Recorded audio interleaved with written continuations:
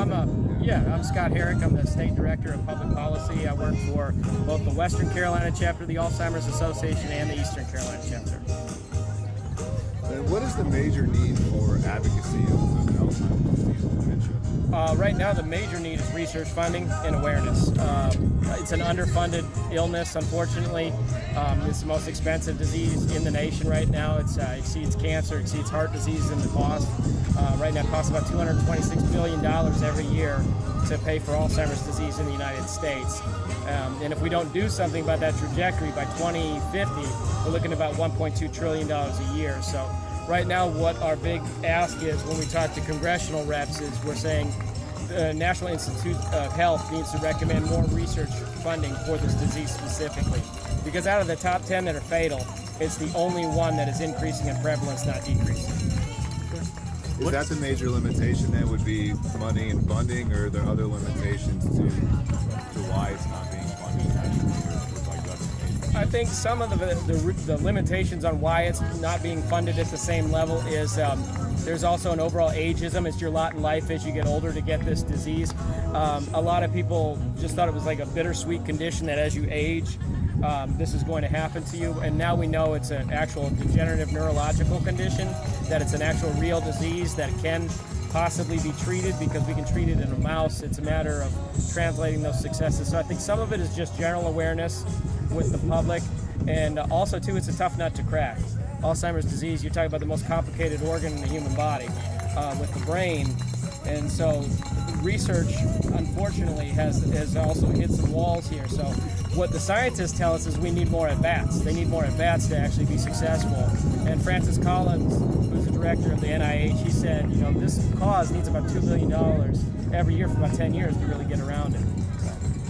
What are some other facts that a lot of people probably wouldn't know about Alzheimer's off the top of their head, or that they might have heard? Yeah, I think one interesting fact is if you're African American, you're twice as likely.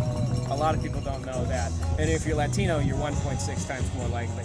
And with the African American population too, that doesn't correlate to West African population. So something in the last 400 years has caused this, and they're looking into that. Another interesting fact is if you're a woman, you're more likely. And if you're a woman and you hit age 65, you're twice as likely to get Alzheimer's as you are breast cancer. 1 in 3 of us will get it at some point in our life, some type of dementia. 1 in 4 of us will get it in our 70s, and 1 in 2 in our 80s. So it actually is extremely common. So those are some things that I would say are very glaring standout statistics. And it can strike people in their 30s and 40s. And one thing that we've learned recently that we didn't know 10 or 15 years ago is the disease is actually starting 10 to 15 years before we see it.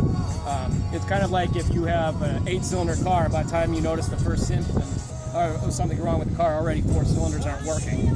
That's very similar. So 50% of the brain nerve cells, the neurons, are already non-functional by the time we see symptom 1. So we know it's starting years before you ever see it. What are some good ways that people can get involved to help you and just help the whole Alzheimer's Association about everything? There's a lot of different ways. Events like this are great. The walk, 80% of our revenue comes from walks. So we derive a lot of revenue from these events. And to be honest with you, outside of the government of the United States, outside of the government of China, the Alzheimer's Association is the leading fundraiser for research in the world. So this is a good way to do it.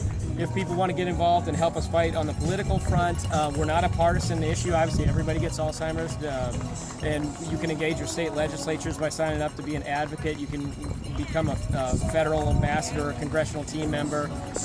We're very happy for people to get involved as much as they want to. Other thing people can do is if they're a professional or have any background in Alzheimer's themselves, have personal experience, and they want to educate others, we'll train them to do that. So we can train them to go out and educate everybody from your local caregivers to support groups to professionals to law enforcement. Cool. Awesome. Thank you. Thank you so much. Thank you.